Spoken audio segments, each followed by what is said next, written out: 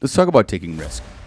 In the spring of this year, I went to your school, and I spoke to your class and another class as like a career day about being an entrepreneur. I asked the kids who here wants to be an entrepreneur. Do you remember this conversation? Yes. And only a few hands went up, and I was really surprised by that. And then I said, "Well, what do you want to be?" And then a lot of more doctors, lawyers. So I said, out of curiosity, what is the main reason you don't want to be an entrepreneur? Do you remember what they said? Risk, and how much risk it takes to go out on your own. That blew me out of the water. I was completely surprised by that because I was thinking, how do 7th and 8th graders have this concept of risk and they're so worried about it that they wouldn't want to become an entrepreneur? Treading water is the same as drowning to people like you and me. You better start swimming. Welcome to I'm the One podcast. I'm your host, Rob Green. Hey, Dylan, how you doing today? I'm doing good. How are you? Good. How do I know you again? I'm your daughter. Oh, that's right. So I get the pleasure of interviewing my daughter, Dylan Green, today, and she's 14 years old, soon to be 15, going on 30. So she's a 9th grader, and I thought it'd be fun, since I talk about my daughters and my wife all the time, to interview Dylan and kind of talk about what it's like to grow up as a child of an entrepreneur, and hopefully we can share a few nuggets of stories that, things she's learned, and maybe some takeaways for people that are parents of teenagers who are sometimes more mature and precocious than they really are. So anyway, Dylan, that's the precursor today. And one of the topics that Elizabeth was talking about, someone on the team who puts together a lot of these outlines, was eavesdropping. And so you've been known since you were a small child to listen to conversations between me and my friends, or your mother and I, or even phone calls I have. And what I'd love to talk about is kind of things you've learned from growing up pretty much almost your entire life. I'd say that, I've been an entrepreneur. I worked in corporate America for a while when you were little, but since you can remember, I don't know how far back you can remember, I've been doing my own business. And so I'd love to talk about that. I feel like you eavesdrop a lot. Is that a fair assessment? Yes, it is. Why do you eavesdrop, or how do you do it? Well, sometimes you forget to tell me things, Okay. Or I just like to know what's going on.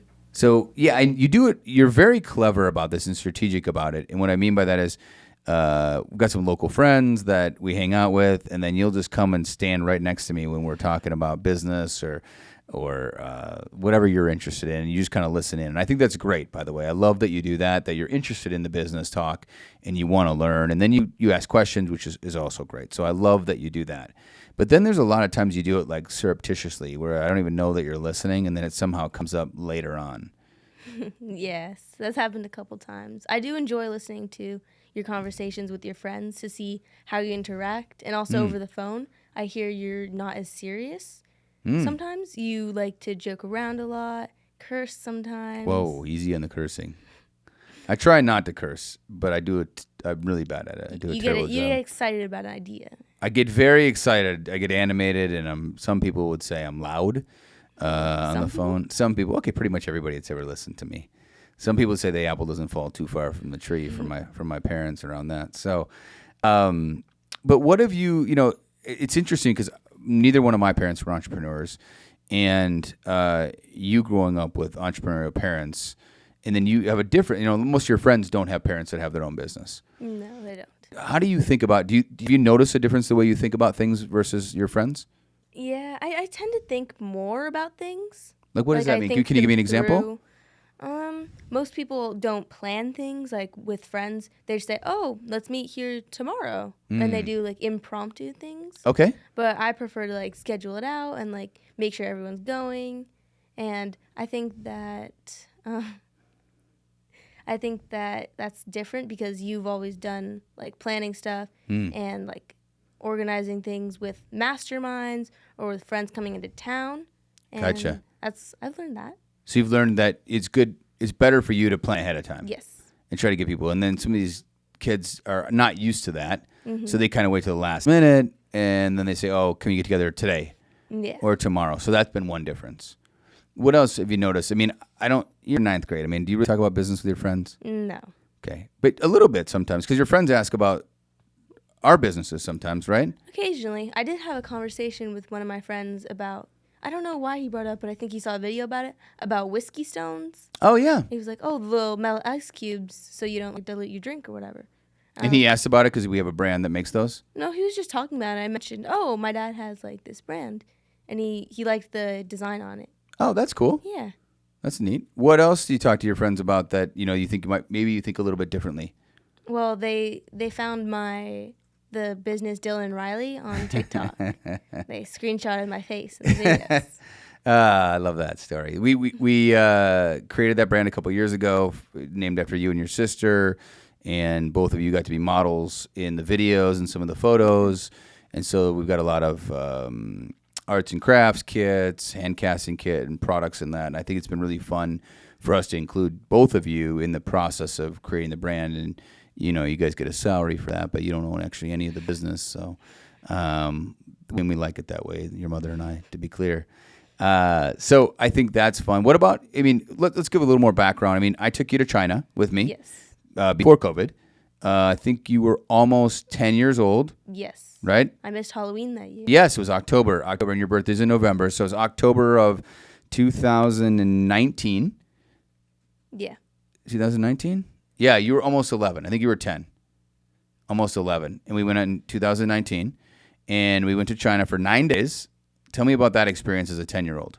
Well, the flight was the longest thing I've ever done. Okay. It took 12 hours to get there, 14 hours back. Yeah, and that was from LA to China. Yes. Yep. Direct flight. Mm-hmm. And it was a great experience for me. We went to visit the factories that they manufactured products for you. And it was good to see all the machines, all the people, all the materials that go into it. I remember one of them we went to for Bean Envy, yep. coffee business. Yep. And I got to see all the how they make all the metal kettles and coffee pour-overs. And we also shared that manufacturer with one of your friends. Yeah, they had their products at the factory. And then we went to the Canton Fair. Yes. And visited some factories. What was the Canton Fair like? Do you remember?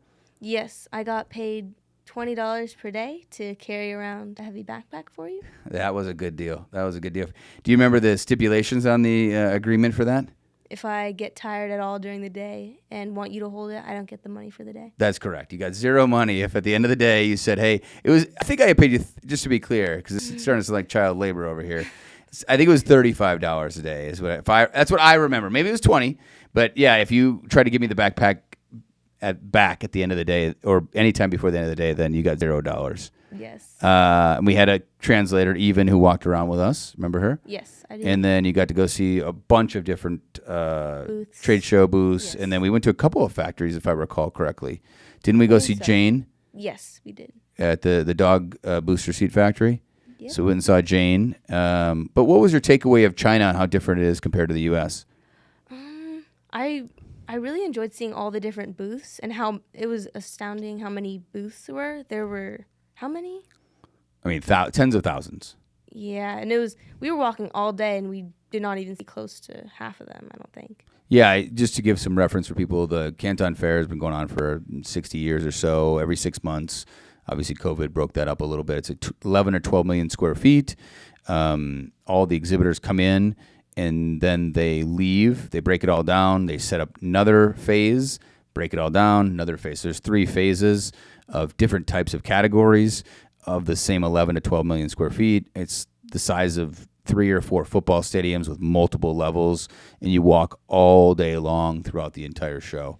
And you did a great job as a 10-year-old. Yeah, and I remember you saying one time when some of your friends were over, last time they were over, I remember hearing about the Canton Fair. I was listening again. Oh, yeah? Conversation. Yeah. And I heard you talk about how hard it is to get one of those booths. Even though there are many, many booths.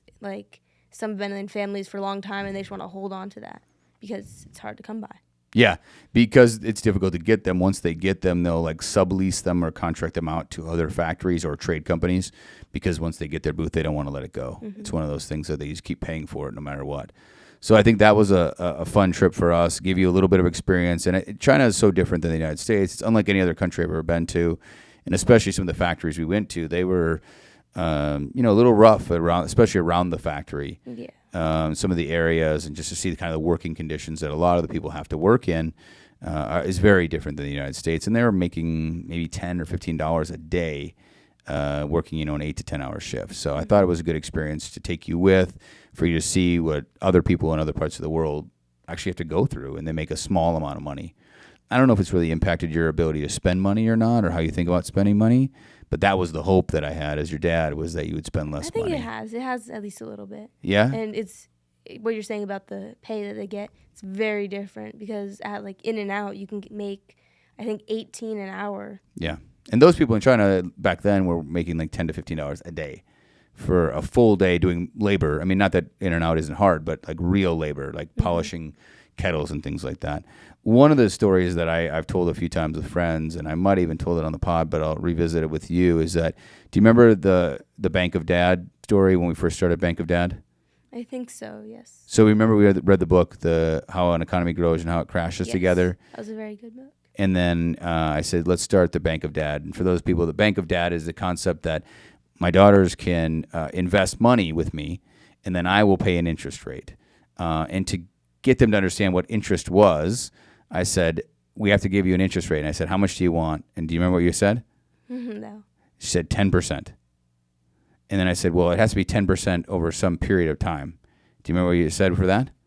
A week? Yeah, I think you started with a week, and I said, that's just crazy. So I think we settled on 10% per month, so you could put the money in, and then I'd give you the 10%. And you went and got money, and you gave me the money out of your wallet, and I think it was like $400, which was a lot. And I realized I had to pay 10% of that. And then I said, as soon as you gave me the money, I said, let's hope the Bank of Dad doesn't fail. Let's hope the Bank of Dad doesn't fail. And you remember what you said to that? Yes. I said I took out insurance with Mommy. Yes. I think there was no moment prouder than I've ever been of you when you realized that you really understood interest rates and how the banks work and the insurance on the banks. So I think that, how do you feel that's changed? How do you feel that's affected you? You know, we have a lot of conversations. We bring you into the business. And what I mean by that, you and your sister, you're part of the business. You guys talk about it. You hear about it a lot. I've gone to some of the meetings. You've gone to some of the meetings that I have attended. You've met a bunch of friends that are entrepreneurs. You've been to China with me. I mean, you don't know it any other way. It's one of those things where you don't know any other way. But how do you think that when you talk to your friends about things, how do you think that impacts you versus your friends? I think that I'm better at talking to adults and carrying on a conversation. Some of my friends, they just like speak like yes or no, or say like one word answers to questions, and it's like hard to keep conversation with an adult when you're not like engaged in the conversation. But I feel like being in the conversation with your friends and like trying to interject when I want to say something has given me experience like with how to talk to people. That's great. Yeah, I do notice that when I volunteer at the school and try to engage with some of the kids, they don't even want to make eye contact. They want to like look down and not even talk to me. They're very uncomfortable for them. So I think that's been great for you. Yes. I love that. Any other thoughts around like experience you've had that's been different than some of your friends that you've noticed, or just even mindset changes that you think about things differently than your friends do? I'm very motivated to get my work done and turn in all my work on time. Some of my friends don't do that as much, but I think like I have a little bit more pressure on me to get good grades and to. Where's the pressure come from? You. You feel pressure from me to get good grades? Yes. Why is that? I had a B the other day. What? Because that's crazy. Because my teacher put in something as a 0 because I missed it. And you texted me about it, I think. The same day? I'm pretty sure. That's crazy. That guy sounds like a nutcase. I wouldn't listen to him. No, I think you do an excellent job of being organized and getting ahead. I think that's one thing you've definitely owned and been responsible about, is that why put up for tomorrow what you can do today? And I think you do an excellent job of that, sweetheart. So I'm really proud of you for that you do an excellent job of getting on time, taking responsibility 98% of the time, and doing a really good job about that, and trying to be, ahead of things, because then it's less pressure for you instead of waiting to the last minute, which it can happen because of circumstances. But if you live your life that way, life gets really hard that way. What about the freedom of entrepreneurism, of being an entrepreneur? How do you like the freedom of being able to travel and go away in the summers? The idea is very, very enticing to me because I really like traveling, seeing new places, doing new experiences, and having fun, taking risks. let's talk about taking risk. In the spring of this year, I went to your school, and I spoke to your class and another class as like a career day about being an entrepreneur. And I think it was your class where this came up. I asked the kids, who here wants to be an entrepreneur? Do you remember this conversation? Yes. And only a few hands went up. And I was really surprised by that. And then I said, well, what do you want to be? And then a lot of more doctors, lawyers, I think a couple police officers, but a lot of them followed along the same lines of what their parents want to do. And so I said, out of curiosity, and these are all, I think at the time they were 7th and 8th graders in your class last year. And so I said, what is the main reason you don't want to be an entrepreneur? Do you remember what they said? Risk, and how much risk it takes to go out on your own. That blew me out of the water. I was completely surprised by that because I was thinking, how do 7th and 8th graders have this concept of risk and they're so worried about it that they wouldn't want to become an entrepreneur? And I mean, that's definitely a learned conditioning, either from their parents or TV or school, that there's a lot of risk in being an entrepreneur. And it was funny because I asked a few of the kids, hey, have you ever bought anything and then sold it? Like you bought 100 of something and then you broke it down and sold it one by one.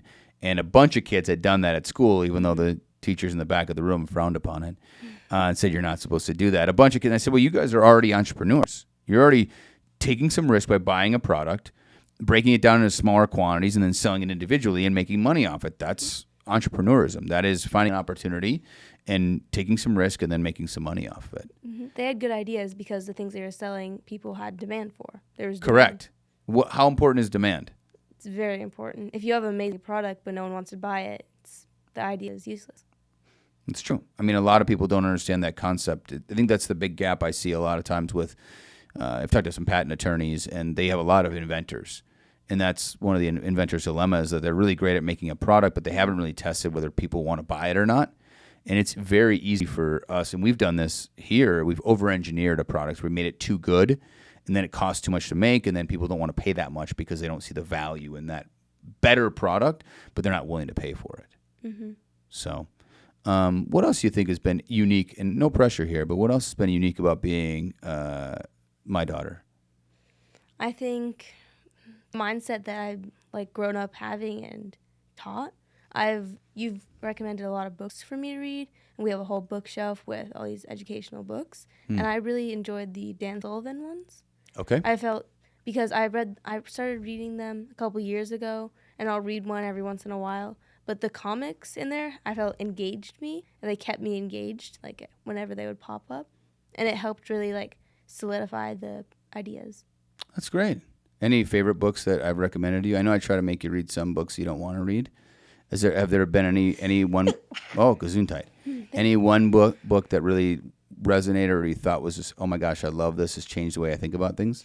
I really remember the Who Not How book. Oh yeah. And I feel like you say that a lot. I think it's in your description on WhatsApp. Oh, it is. I think it is my description of me on WhatsApp. What is the Who Not How concept? It's a concept that that you can find someone else to do it for you, to do a task for you. You have to find the who to do it instead of how to do it. Yep. Because say you're trying to fix something, say your AC broke down, you're not going to learn how to fix it. You would hire someone who specializes in it. Exactly. That concept is critical. We use that at home, and we try to use that in business all the time too, right? It's you see a problem, and naturally people that want to solve problems want to solve the problem. And a lot of times it's better to find somebody who already knows how to solve the problem, that's an expert at it. I'm not going to become AC is a great example, by the way. I'm not going to become an expert in AC and fixed air conditioning, HVAC unit in a weekend. I'm not going to do that. Might as well hire the expert that already knows how to do it. It saves a lot of time. Saves a lot of time. Who, not how. Yeah, that's great. What else about growing up as my daughter? You said there's a little pressure, but other than that, anything else? I think the pressure is good. It keeps me on track. Yeah? Mm-hmm. That's great. Yeah. Like cross country, you always ask me if I want to be good or great, and this is a recent example. What was your answer? We talked about this the other day. We were driving home from a meet, and I said, do you want to be good or great? Do you remember what you said? I said, everyone wants to be great, but is it worth the effort to be great? Right. And so you said, Dad, for cross-country running, I don't care that much. Mm-hmm. I like the social aspect of it. I'm happy or comfortable being good. I'm not sure it's worth it to go and be great. to put all the effort it requires for me to be great. I don't think it's necessarily worth it. Yeah. I think that was a very mature, honest answer, which I appreciated, because I think everybody does want to be great, and then you have to just realize, is it worth the effort that you want to put in to be great? And I think different sports or academics, you might have different answers for that. Mm-hmm. I don't think anyone says, "Oh, I'll just stay good and let everyone pass me." Everyone deep down really wants to be great at something. Do you think most people actually do the assessment like you did, though? Or do you think most people just actually kind of muddle through and don't actually do the assessment? I think they just muddle through and just go through the motions. I mean, do your friends ever talk about their goals or what they want to do in cross country? No, not really. Only a couple very determined kids that want to run and have been running for a while. And so they have some specific goals. Yes. But the rest of the kids are just kind of just there, showing up, doing the training and doing the races. Yes. Anything you want to talk about? I want to go back to when we were talking about role models and how kids want to be like their parents. Yeah, let's do that. I think role models have a very big impact. Like if your parents say they're both doctors and you grew up hearing about it, your parents talking to you about it, that could be very the center of your life almost. Okay. Because obviously your parents are a very big part of your life, especially when you're younger. Okay. And it could just alter what you're going to do in life. I didn't know anybody growing up. I didn't have any friends that had parents that were entrepreneurs that owned their own business. None. Maybe one girl, her dad was a home builder. That's it. So I had no exposure to someone now it's much more common nowadays that many, many, many people own their own business. I feel like most kids these days still don't think it's a possibility to have their own business. Is that something you would agree with? Yes, I agree with that. And also I think now I have a couple friends that parents own businesses. They have a bartending business. Someone owns a brewery, and one of my other friends. So a lot of alcoholics, a lot of people that drink a lot, is what you're saying? No. And then one friend his mom has a online business. They sell online stuff. They sell online bags and clothes. And Okay. I think it's all from Ghana or something like that. Oh, really? Yes. Oh, that's great. Who is that? Ben. Oh, your buddy Ben? Mm-hmm. I love Ben. He's a great kid. Yeah. And his parents are selling stuff online? Yes, it's his mom's business. Oh, that's cool. Yeah. Yeah, I think it's much more common nowadays than when I was a kid. But even just I know you talking to your friends and your friends ask what we do and they've got some exposure to it. Then I've spoken to a couple classes at your school about being, an entrepreneur. I mean, most teachers are not they're teachers by profession. So they're not naturally entrepreneurial. Most of them are not. Some of them are, but most of them are not. So they don't get that exposure at school. And if your parents aren't that way, then you don't get that same exposure, right? Yeah. So I know that some of your friends have come to the house, and some of Riley's friends have come to the house, and they have really good questions, and they have thoughts about what they want to do with their business, and they want to start their own business. And one of our friends, DJ, his daughter, I think she's 10, is starting her own business now. She's going to do some lip balms and use TikTok as her distribution channel. Yeah, I was talking to his son the other day. Okay. I overheard him speaking with one of his friends, and he's like, "Oh, I have to go do this project at home." I forgot the computer software that he mentioned. Unreal Engine? Yes. Yep. He was talking about that. He's 12, I think, and he's already programming. Yeah, so that leads to the next question, Dylan. What's the business that you want to start? I want to have an evergreen idea, and what that means is it's not going to go away. For example, say clothing. There's going to be tons of fashion trends before I end high school, and that does not seem like the best place to start. Okay. Because it's going to, the demand's going to go up, and then it's going to go down. Okay. And it's not going to, stay steady. For example, an evergreen idea would be, say, water bottles. No one's going to stop drinking water. That's a necessary thing that humans need to survive, but there might not be that much demand for it. So it's kind of a fine line that you need to find where there's demand and it's not going to go away. I think that's a very astute observation. Do you have any categories or subcategories that you are interested in right now? I want to do something with helping women. Okay. And something to do with periods, maybe. Okay. That'd be great. I think your mom would be a good advisor on that. Yes. Better than I am. Probably. What will you bring your sister into this? No. No? This is all you? You know, we were hoping you and your sister would maybe have a business together. Is that not going to happen? I don't think she wants to work with me. What does that mean? I think she wants me to work for her. Oh, wow. Your little sister wants you to work for her. Yes. She will be taller than you, I think, in the near future. When that happens, I mean, it just only makes sense that you would work for her, right? Height does not matter. It doesn't matter at all? No, you're 5'10". Hey, listen, 5'10" and a half, I think, maybe. We'll see. I don't know about that. What advice or insights would you share with other young people that might be listening to the podcast? I would say to definitely read more books or watch online videos like on YouTube, because YouTube is free, and if you can look up almost anything and find a bunch of videos. And learning is very important. You should definitely try and learn more, especially about the things you're passionate about or good at. It's good to have like specific skills. What are they called? Unique abilities? Unique abilities. It's good to hone your unique abilities, so then you can provide services for people or help them out, because if they're not good at something and you're world class at it, then you could make a lot of money or just help someone out. That's a great answer. It's unbelievable.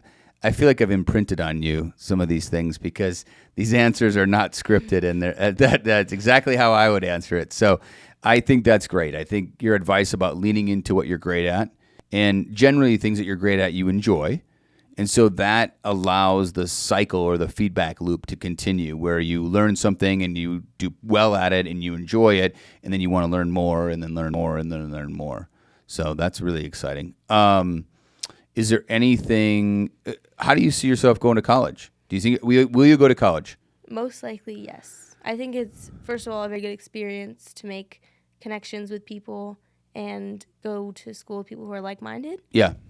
And I'm not sure where I want to go to college or what I want to do. How are you going to pay for college? I'm not sure yet. I'm not there yet. Okay. I don't know either. It's a tough one.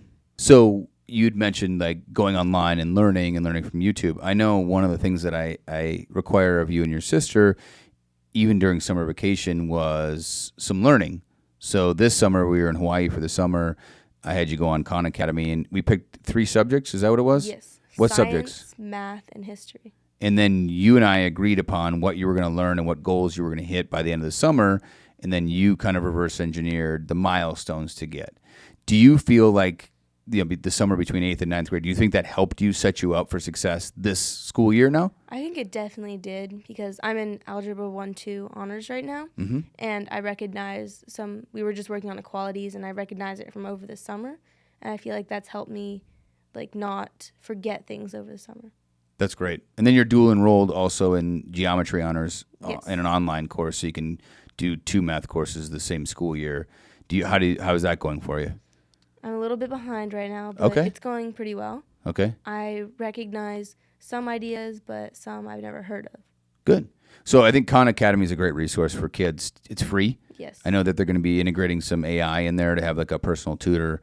I think it's helped you and your sister quite a bit. And then obviously you two, both of you handle, YouTube and learn on your own, which I think is amazing. So. And occasionally when I would get stuck on Khan Academy, I would sometimes search up on ChatGPT how to do it. Talk about AI and how, a lot of the kids at school are using AI. Last year, I heard that a lot of people just copy and pasted it. Then what happened this year when you started school, the 9th grade? So just a month ago, you started school. What happened? On all the syllabus, it says no use of AI or ChatGPT is allowed. Wow. And so what are you doing with that? I have not used it yet this school year, but when I do, I want to make sure that I'm smart about it and not just copy and paste. Yeah. Because if it's saying things that I would never say, the teachers are going to wonder why, say, my writing level has gone from like a 6 to like a 10. Got it. I think that's very smart. I think it would be foolish for anybody to disregard AI and not use it in terms of learning and facilitating the learning. It's just another resource to help you understand a concept. I mean, we do that here at the office all the time, and I do this personally where it's like, hey, explain this to me as if I was 10.